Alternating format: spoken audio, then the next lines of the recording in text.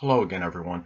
Edwin Learned back once again. In this YouTube astrological segment, I'm going to be talking about Renita Williams' natal chart. It's really like the that Facebook Live murder part two of two, but I'm going to focus a lot on Renita Williams' natal chart and some natal placements, some transits that might have been tied into the way this sadly, tragically went down for her on that fateful day on April 12th, 2018, when she was tragically shot on a Facebook Live segment. And the thing about this is I don't have her birth time, so I had to improvise and do like a solar sunrise chart where I put the sun at the same position as the ascendant. Now, I mean, looking at her chart, I just would talk a little bit about her natal chart first. Now, in her natal chart, she has the Sun in Libra and the Moon in Capricorn, and based on the solar sunrise time, I mean they square each other. So of course it's a little adversarial, a little bit of a conflict there because Libra and Capricorn, of course, there's a lot of disparity in that energy. Now the thing is, I think she was able to actually make it integrate and work.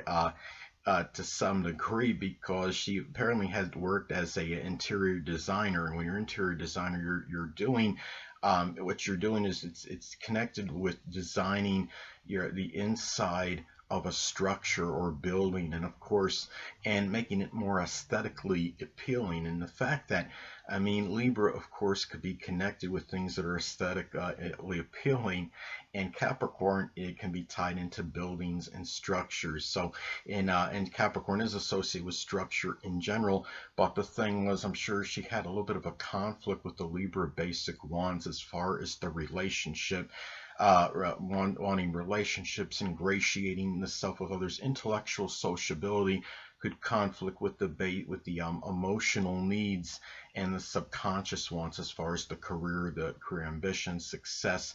And Moon in Capricorn, even like, I mean, can be connected with having subconscious apprehensions. So the thing about it is, I mean, you have, the Sun in Libra, of course, a masculine sign, more positive energy, but you have, the Moon in Capricorn, of course, you have the subconscious apprehensions. The thing about the relationships, I wonder if maybe this aspect might have played a role. In that, in terms of in terms of maybe going in the right, maybe moving forward into another relationship instead of just, I mean, I'm sure, I mean, she did break it off with this guy Jonathan Robinson at some point, but she was with him, it seemed like a little bit too long. It was very sporadic, I mean, on and off for like 5 years. It was like very an intermittent connection. So the thing about it is, uh, another thing that I noticed as far as natally, she has very strong fourth house and Capricorn placement. I mean, I mean, based on the solar sunrise chart, Capricorn is on the fourth house cusp. She had four planets in Capricorn in the fourth house as well, and the ruler of the fourth house is in the fourth house. So there's a lot of emphasis on the home life. She had, I believe, three children, and the thing is, and she had and having the moon as one of the planets in the fourth, which puts it in its accidental dignity, even though it's in its detriment by sign. And again, I mean, she had a very strong need. I mean, this was for, I mean, especially for a Libra, a very family oriented, dominated person, I believe. And the thing about it though is when you have all that Capricorn energy in the fourth, even the fact that Capricorn on the fourth house cusp by itself could indicate, some, despondency and, melancholy energy, depression toward that latter or end part of the life, and something that's going to be very sad and sorrowful. And she's got, I mean, Saturn in the fourth as well, which could indicate, I mean, right there by itself could indicate certain restrictions and limitations at that latter or end part of life. And you have Uranus and Neptune in there as well. Uranus can be about disruptions and instability in the home life, and a very erratic and sporadic home situation, unpredictable events happening.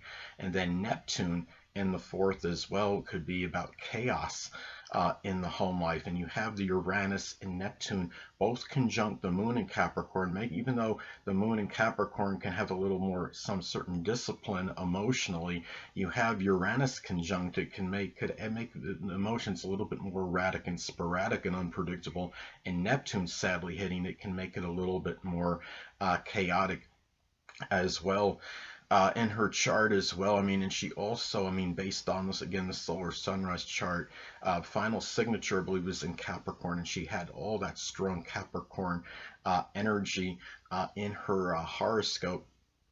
She also, but the chart was fairly balanced. I mean, she also has four planets above the horizon, six below, five on, which could be a strong balance between introversion and extroversion, gregariousness and more introspective energy, and pessimism versus optimism, being objective versus being subjective. She also had she had five planets on the left side of the chart, five on the right, which of course could give a very strong balance and equilibrium between self-reliance, independence, and being dependent on others. She probably, what it tells me is she could do things when, when it was time to be independent, when it was time to initiate or start something. She had the ability to do it, but she wasn't about not she wasn't beyond asking for assistance when she actually needed it. If she needed to collaborate with others on something, she would be more she would be able to show enough humility in order to do so. And the thing is too, and also she had a strong, I mean, she had five planets in cardinal signs, so it showed. And then the, of course, when the chart was done based on it being a solar sunrise chart, there's four planets, five planets in cardinal, and the ascendant and midheaven, of course, I mean, they were cardinal as well. And that's basically that's seven. That's seven out of the 12 major astrological influences in cardinal signs. And when you have a preponderance of cardinal energy, you often are very much in a hurry to initiate things, and it could give a lot of initiative and enterprise. It could be about starting a lot of projects, maybe a lot practically simultaneously. This could give a lot of energy into initiating things, but not necessarily finishing projects. Now, also too, I look at her chart as well. Sadly, I mean, you're looking at, the ruler of the fourth house in the fourth house. I mean, of course, that could give, strong emphasis on the home life, but it could indicate the ending, the latter part of life, the end of life can take place in the home, and sadly, it did for her. She also had a number of transits in that fourth house at that time of her death. Sadly, she had transit Pluto in that fourth house, and she did die in her home. And she also had transit Saturn at that time. She was also going through her Saturn return, sadly. She also had transit Mars in the fourth house as well.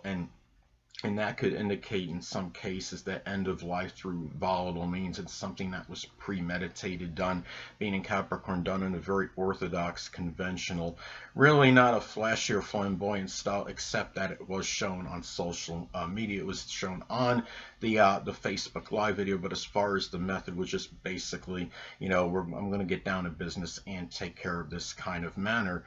And the thing about this too is, and I believe transit Black Moon Lilith in Capricorn was also in that fourth house as well at that time. And in the Black Moon Lilith in astrology can be about suffering and tribulation, and you have it in Capricorn, it could be very sad and more despondent energy connected with it as well. So anyway, sadly at the time, and another thing too I noticed that was interesting, that she had in her natal chart, she had the ruler of her the solar sunrise chart, the ruler of the 8th house in the 12th house of endings. And it's not shocking that somebody she was in a sexual relationship with was going to be responsible for her ending in this particular case. And that planet Venus in Virgo conjuncts the sun, and the sun, of course, is about life.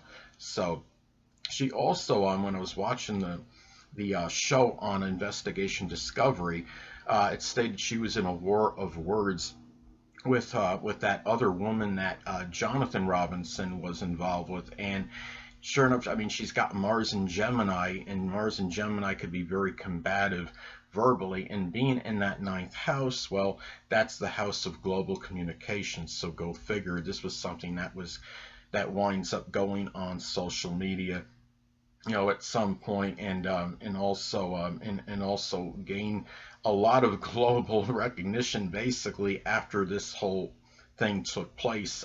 This horrible situation scenario. Hold on a moment, people.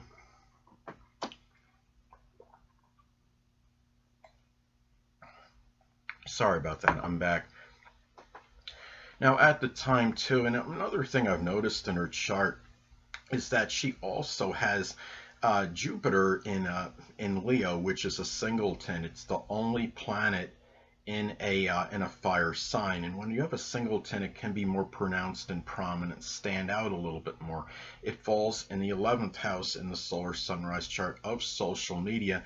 Jupiter in Leo can be fortuitous. It can be lucky and fortuitous when people are trying to attain notoriety, recognition, and exposure, and by being gregarious and extroverted. I mean, she seemed to have everything but a compulsive need for fame and notoriety, and I'm wondering if that might have had something to do with what you can call maybe a long square between that Jupiter and her natal Pluto, because Pluto can be about compulsive and obsessive energy.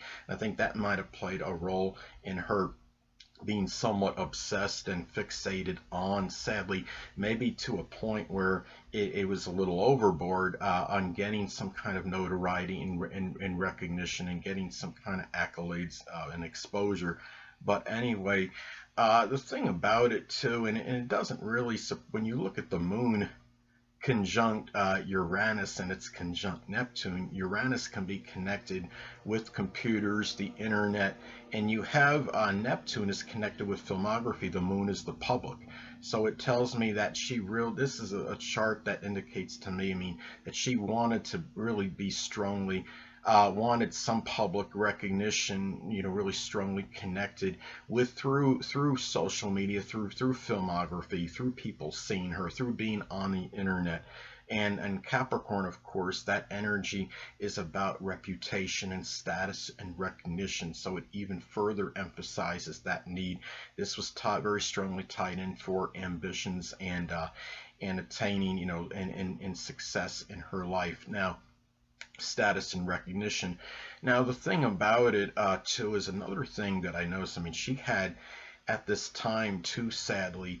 The thing about it is when you have a situation like this, that, I mean, this case was perilous, but many of you may know, if you have a T-square configuration in your chart, and you have a transit that makes an opposition to that focal point of that T-square configuration, often something very significant can happen at that point in time. Based on the solar sunrise chart, the T-square configuration consists of the opposition of the Cancer MC, and some of those planets in Capricorn, including the Moon, and then you have the focal point being the Sun in Libra. What happened at this time of this murder? She had a transit Mercury in Aries retrograde, making an opposition to the Sun in Libra. The transit Mercury in Aries was very close proximity to the seventh house cusp of relationships and open adversaries. And Aries, of course, could be volatile energy. This could indicate very acrimonious communications going back to angry moments. And of course, you have that opposition to the Sun. This, of course, was adversarial to what she wanted. She wanted peace and reconciliation, but this Mercury in Aries, the opposition, was opposing that energy at that time. So, but when you have that energy happen, when that occurs again, it could often be a very significant moment in someone's life. Again, the transit Mercury in Aries was opposite the natal Sun in Libra, which makes that which of course it's making the transit Mercury in Aries is making the opposition to the Sun in Libra, which was the focal point of that T square, cardinal T square configuration. And when people have cardinal T square configurations in their chart, they often kind of rush in to things, without always taking precautions, and with a lot of, lack of prudence. I mean, she had a number of planets and Earth in her chart, which I think modified this to some degree, but still, when you have that configuration in cardinal signs, it can often indicate very impulsive, impetuous energy, and the energy connected with, I mean, part of that energy, of course, you're talking about the Sun in Libra, which is tied in with the basic want for relationships. And this could be, an area where she was probably maybe a little bit too impetuous, too impulsive, I think, in her life. And the thing too is, again, this was just a very sad and tragic event that happened. She had, at the time too, as far as some other transits, she had transit Uranus very close to that eighth house cusp, transit Uranus in Aries at the time, close to the eighth house cusp of death. And when that transit happens, sometimes it could manifest in a very unpredictable, unanticipated death. And being in volatile, acrimonious Aries, it was connected, I mean, sadly, with gunfire. Transit Sun in Aries was at the critical, was at what you call, I mean, it's not critical specifically for that sign as far as critical degrees. 22 degrees is critical for the fixed signs, but the 22 degrees can be seen as a very adverse placement. It's seen by some astrologers as the kill or be killed degree. She had transit Sun in Aries in the seventh house of open adversaries and relationships at that time. This was perhaps this manifested in shining the light on a very volatile open enemy, a very combative open enemy, and shine the light on a contentious situation and relationship. And it's really terrible, again, how this went down. Having Aries on the cusp of the seventh house in the solar sunrise chart, even by itself, could indicate a person that may be embroiled in contentious and combative relationships. So anyway, there's really not much more I wanted to say regarding this, as far as this goes. Oh, another thing was she also had transit Jupiter in Scorpio, making you call it a long conjunction. It was about 5 degrees, near 5 degrees from her natal Pluto in Scorpio. And as I've talked about in previous videos, Jupiter can be rather paradoxical, could be strongly benign and benevolent, but it could also have a tendency to enlarge and expand. It may, perhaps in this case, it enlarged and expanded the propensity for death at this time, and being in Scorpio, done in a more sinister, diabolical, and more malicious manner, sadly. And at this time too, based on the solar sunrise chart, not to be redundant, but based on the solar sunrise chart, she had like three transits in her I think 4 transits in that fourth house of the end of life, counting the black moon Lilith. And she also had 3 transits in that seventh house of open adversaries, and she also had 1 transit in the eighth house of death. So right there, you're talking about like 7 total transits. 7 out of these astrological energies. You had like 8 of them either in the fourth, the seventh, or eighth house at the time. In the fourth house, again, the end of life. The seventh house is open enemies, relationships, and the eighth house is can be connected with death. So anyway, and she also had, speaking of another house of endings, I wanted to also state that the ruler of her 12th house in the solar sunrise chart falls in the 12th house. So this ending may have been, tied in. I mean, you're talking about an ending that took place that was connected with filmography, because the 12th house can be about endings. 12th house also is filmography, so she had the ruler of the 12th in the 12th house, so in the solar sunrise chart. So anyway, people, well, that'll conclude this YouTube astrological segment. Until next time, people, Edwin Leonard saying stay well.